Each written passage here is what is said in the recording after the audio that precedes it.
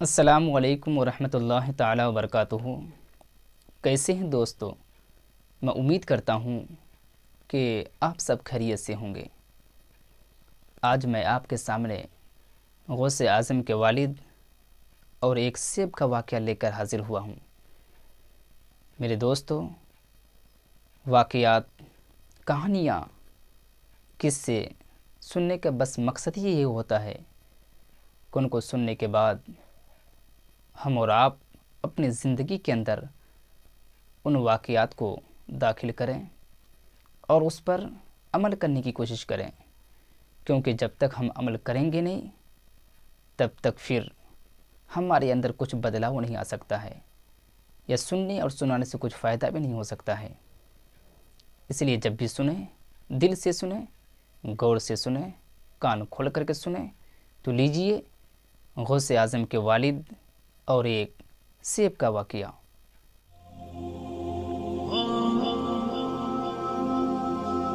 بسم اللہ الرحمن الرحیم۔ شروع اللہ کے نام سے جو بڑا مہربان اور نہایت رحم کرنے والا ہے۔ ویکیپیڈیا ٹی وی کے محترم عزیز دوستو، السلام علیکم۔ محترم ناظرین، آج ہم آپ کے سامنے پیش کرنے جا رہے ہیں شیخ عبد القادر جیلانی رحمۃ اللہ علیہ کے والد گرامی کا ایک ایسا واقعہ جسے سن کر آپ کا ایمان تو تازہ ہوگا ہی، ساتھ ہی ساتھ آپ کو بہت ساری عمل کرنے والی باتیں بھی معلوم ہوں گی۔ یہ واقعہ ہے سرکار غوث اعظم رحمۃ اللہ علیہ کے والد گرامی سید ابو صالح موسیٰ جنگی دوست رحمۃ اللہ علیہ اور ایک سیب کا۔ میری آپ سے گزارش ہے کہ اس واقعے کو مکمل طریقے سے سمجھنے کے لیے اس ویڈیو کو اینڈ تک ضرور دیکھیں۔ محترم ناظرین، حضرت سید ابو صالح موسیٰ جنگی دوست رحمۃ اللہ علیہ آپ سرکار غوث اعظم رحمۃ اللہ علیہ کے والد محترم ہیں۔ جنگی دوست لقب ہونے کی وجہ یہ ہے کہ آپ جنگ کو دوست رکھتے تھے۔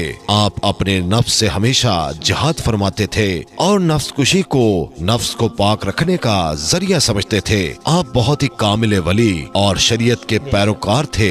آپ رحمۃ اللہ علیہ دریا کے کنارے رہتے تھے۔ آپ ہمیشہ اللہ تعالیٰ کی عبادت میں مشغول رہتے۔ آپ رحمۃ اللہ علیہ نے کبھی پوری زندگی میں کوئی حرام شے نہ کھائی، ہمیشہ حلال کمائی پر ہی گزر بسر کیا۔ آپ رحمۃ اللہ علیہ گاؤں میں مزدوری کرنے جاتے اور وہاں سے جو پیسے ملتے انہی سے کھانا خرید کر اپنا گزر بسر کرتے، لیکن کبھی بھی کسی حرام شے کو پسند نہیں کرتے تھے، ہمیشہ حلال ہی کھاتے تھے۔ آپ کو محنت کا بھی بڑا شوق تھا اور اتنا ہی شوق آپ کو عبادت الہی کا بھی تھا۔ آپ ہمیشہ دریا کے کنارے ہی رہتے تھے، آپ کا یہی معمول تھا۔ ایک دن اچانک اللہ کی مرضی سے آپ کی طبیعت خراب ہو گئی اور آپ اتنے کمزور ہو گئے کہ آپ چلنے سے قاصر ہو گئے تھے، یعنی بیماری کی وجہ سے آپ کے اندر اتنی بھی قوت نہیں تھی کہ آپ مزدوری پر جا سکے۔ آپ کے پاس پیسے بھی ختم ہو چکے تھے، اس لیے کھانے کے لیے کچھ نہ تھا۔ یہ تو اللہ تعالیٰ کی طرف سے امتحان تھا۔ آپ رحمۃ اللہ علیہ ابھی اس فکر میں ہی تھے کہ آپ نے خیال کیا کہ کیوں نہ میں روزہ رکھوں تو مجھے ثواب بھی ملے گا اور اس مشکل وقت میں مجھے صبر بھی آ جائے گا۔ تو آپ رحمۃ اللہ علیہ نے دوسرے ہی دن پانی سے سحری کی اور روزہ رکھ لیا۔ جب شام ہوئی تو آپ نے پانی سے ہی روزہ کھول لیا۔ ایسے ہی کچھ دن بیت گئے۔ کمزوری کی وجہ سے آپ کو بے ہوشی ہونے لگی۔ ایک دن اسی نیم بے ہوشی کی حالت میں آپ کی نظر دریا کی موج پر گئی۔ آپ نے دیکھا کہ ایک سیب تیرتا ہوا دریا میں آپ کی طرف ہی آ رہا ہے۔ آپ اس سیب کو دیکھ کر بہت خوش ہوئے، گویا آپ کے دل کو تسلی مل گئی، آپ کے دل کو قرار آ گیا۔ آپ نے اللہ تعالیٰ کا شکر ادا کیا۔ اس دن بھی آپ رحمۃ اللہ علیہ روزہ سے تھے، تو آپ نے سوچا کہ آج میں روزہ اس سیب سے ہی کھولوں گا، اب مجھے قرار مل جائے گا اور میری بھوک بھی مٹ جائے گی۔ آپ اس سیب کا انتظار کنارے پر بیٹھ کر کرنے لگے۔ وہ بہتا بہتا آپ کے پاس آیا، آپ نے اسے اٹھا لیا۔ جیسے ہی افطار کا وقت ہوا تو آپ نے وہ سیب نوش فرما لیا۔ جیسے ہی آپ نے سیب کھایا تو अल्लाह का शुक्र अदा किया और आपके दम में दम आया, यानी आपको राहत मिली, क्योंकि आप कई दिन से फाका कर रहे थे। जब आपने वो सेब नोश फरमा लिया यानी खा लिया, तो उसके बाद आपको ख्याल आया कि मैंने सेब तो खा लिया है, लेकिन क्या ये मुफ्त का सेब जायज है? आज तक तो मैंने कोई हराम की कमाई नहीं खाई, लेकिन आज जो मैंने ये मुफ्त का सेब खाया, क्या ये मुझ पर जायज होगा? ये सोचकर वो बहुत परेशान हुए और आप रहमतुल्लाह अलैह ने सोचा कि जिस जगह से ये सेब आया है क्यों ना उस तरफ जाया जाए और जिस दरख्त से ये सेब गिरा है उस दरख्त के मालिक से माफी मांगी जाए। अगर इसका मालिक मुझे माफ कर देगा तो मेरा ये गुनाह धुल जाएगा। जिस जानिब से ये सेब आया था आपने दरिया के किनारे उसी जानिब चलना शुरू कर दिया। आपकी आंखों में आंसू थे और आप उस जानिब चले जा रहे थे। थोड़ी दूर चले ही थे कि आपको अचानक सेबों का एक बाग दिखा जो उस दरिया के किनारे ही था। एक दरख्त की डाली उस दरिया के ऊपर ही थी। उस दरख्त को बहुत सारे सेब लगे हुए थे। आपने ख्याल फरमाया कि हो न हो ये सेब इसी दरख्त का है जो गिरकर और दरिया में बहकर मुझ तक पहुंचा है। आपने जैसे ही उस बाग को देखा तो उसकी जानिब गए। आप जैसे ही बाग में दाखिल हुए तो आपने देखा कि एक बुजुर्ग इबादत में मशगूल हैं। आप वहीं पर खड़े होकर इंतजार करने लगे। जैसे ही वो बुजुर्ग इबादत से फारिग हुए तो आप रहमतुल्लाह अलैह बहुत ही अदब से खड़े हो गए। तो उन बुजुर्ग से फरमाया कि हुजूर, मुझसे एक बहुत बड़ा गुनाह हो गया है, मैं आपका कसूरवार हूँ, मुझे माफ कर दीजिए। उन बुजुर्ग ने कहा, तुमसे क्या गुनाह हो गया है और तुम मुझसे मुआफी क्यों मांग रहे हो? तो आप रहमतुल्लाह अलैह ने फरमाया कि हजरत, आपके बाग का एक सेब दरिया में बहता हुआ मुझ तक पहुंच गया और मैंने वो सेब खा लिया। मैं आपके पास अपने इस गुनाह की माफी मांगने आया हूँ। अगर आप मुझे माफ कर देंगे तो मेरे दिल से ये परेशानी दूर हो जाएगी। आप मुझे माफ कर दें। जिन बुजुर्ग के बाग का वो सेब था वो बुजुर्ग पहले तो मुस्कुराए, फिर कहने लगे, तुमने बहुत बड़ा गुनाह कर दिया है। ये कोई छोटा मोटा गुनाह नहीं है। तुमने बगैर पूछे हमारा सेब खा लिया। मैं इस बात को ऐसे ही दरगुजर नहीं करूंगा। जो तुमने गलती की है मैं उसकी तुम्हें सजा दूंगा। तो हजरत अबू सालेह रहमतुल्लाह अलैह फरमाने लगे कि आप जो सजा देंगे मुझे कबूल है। मैंने गुनाह किया है तो मैं सजा का भी हकदार हूँ। आप जो भी सजा देंगे मैं हंसी खुशी कबूल कर लूंगा।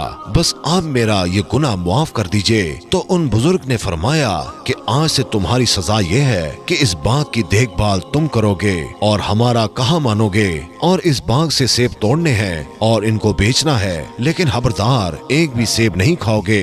हजरत अबू सालेह रहमतुल्लाह अलैह ने फरमाया, जो आप बोल रहे हैं मैं वो सब करूंगा, मुझे ये सजा मंजूर है। उसके बाद आप रहमतुल्लाह अलैह ने अपना मामूल बना लिया कि सुबह शाम बाग की देखभाल करते, सेब बेचते और इबादत इलाही में मशगूल रहते। वो बुजुर्ग आप पर नजर रखे हुए थे। उन्हें आपकी हर एक अदा बहुत अच्छी लगती थी, क्योंकि आप असूलों के मुताबिक ही काम कर रहे थे। हजरत अबू सालेह रहमतुल्लाह अलैह को खिदमत करते करते कई बरस बीत गए। एक दिन हजरत अबू सालेह रहमतुल्लाह अलैह उन बुजुर्ग के पास गए और कहने लगे कि हुजूर, मेरी सजा कब पूरी होगी और मैं कब अपने घर वापस जा पाऊंगा? उन बुजुर्ग ने फरमाया कि अभी कुछ और वक्त बाकी है, उसके बाद तुम्हारी सजा पूरी हो जाएगी। हजरत अबू सालेह रहमतुल्लाह अलैह ने फरमाया, ठीक है, आप जैसा कहते हैं मैं वैसा ही करूंगा। उसके बाद आप रहमतुल्लाह अलैह वापस बाग की देखभाल करने लगे। कुछ सालों बाद फिर एक दिन उन बुजुर्ग की बारगाह में गए और कहने लगे कि मेरी सजा अभी तक पूरी हुई कि नहीं? तो उन बुजुर्ग ने फरमाया कि तुम्हारी सजा पूरी हो चुकी है, लेकिन अभी मैं तुम्हें ऐसे नहीं छोड़ूंगा, ऐसे नहीं बख्शूंगा।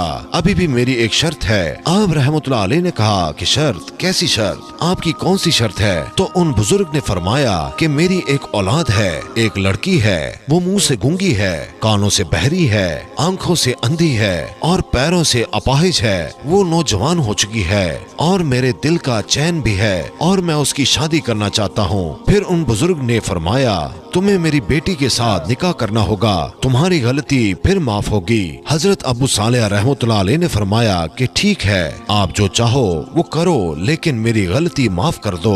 फिर उन बुजुर्ग ने अपनी बेटी का निकाह हजरत सालेह रहमतुल्लाह अलैह से कर दिया और आप रहमतुल्लाह अलैह को वहीं पर रहने के लिए कमरा भी दे दिया ताकि आप अपनी शरीक हयात के साथ वहीं पर रह सके। जब आप दोनों का निकाह हो गया, आप रहमतुल्लाह अलैह जब अपने कमरे में दाखिल हुए जहाँ पर दुल्हन थी।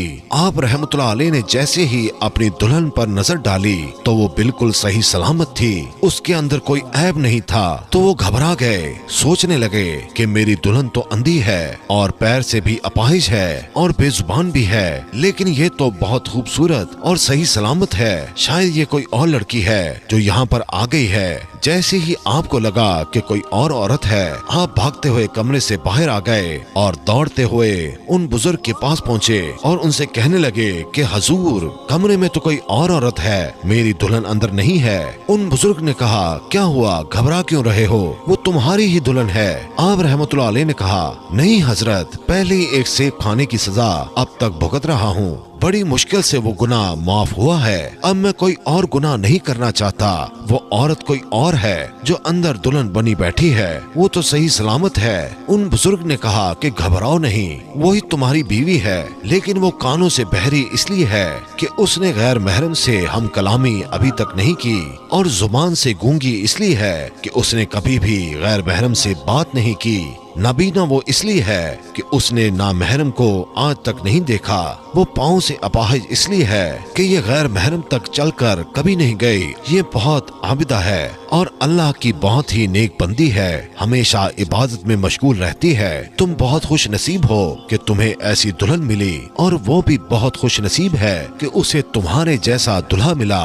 उसके बाद उन बुजुर्ग ने कहा कि जाओ, मैं तुम्हें खुशहाल रहने की दुआ देता हूँ, तुम दोनों हमेशा खुशहाल रहो और अल्लाह ताला हमेशा तुम दोनों पर अपनी रहमतें बरसाता रहे। आप रहमतुल्लाह अलैह और आपकी दुल्हन दोनों खुशी से साथ रहने लगे। अल्लाह ताला ने उन नेक जोड़े को हजरत शेख अब्दुल कादिर जिलानी रहमतुल्लाह अलैह जैसा बेटा अता किया। सुभान अल्लाह। तो मेरे दोस्तों, ये वीडियो आपको कैसी लगी? अगर ये वीडियो आपको अच्छी लगी है और आपने इससे कुछ सीखा है और आपको सीखने के लिए कुछ मिला है, तो ज़रूर अपनी राय का इजहार कमेंट में करें।